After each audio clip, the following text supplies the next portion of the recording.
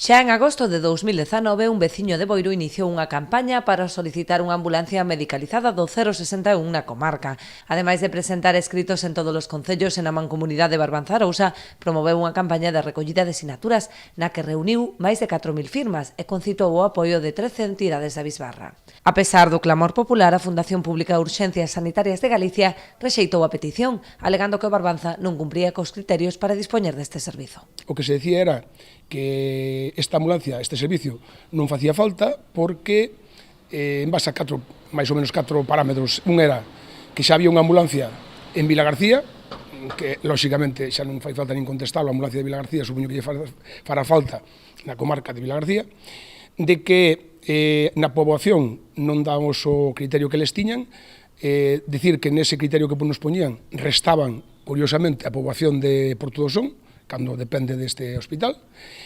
Dispois que tamén tiñamos nos traslados asistencia telefónica, o cual, bueno, pois se a asistencia telefónica xa é un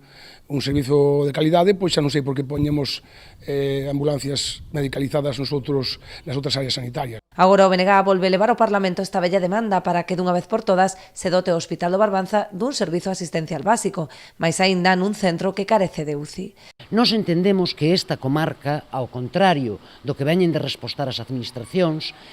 sí cumple con todos os requisitos por poboación, incluindo a poboación que lle corresponde á poboación do Porto do Son,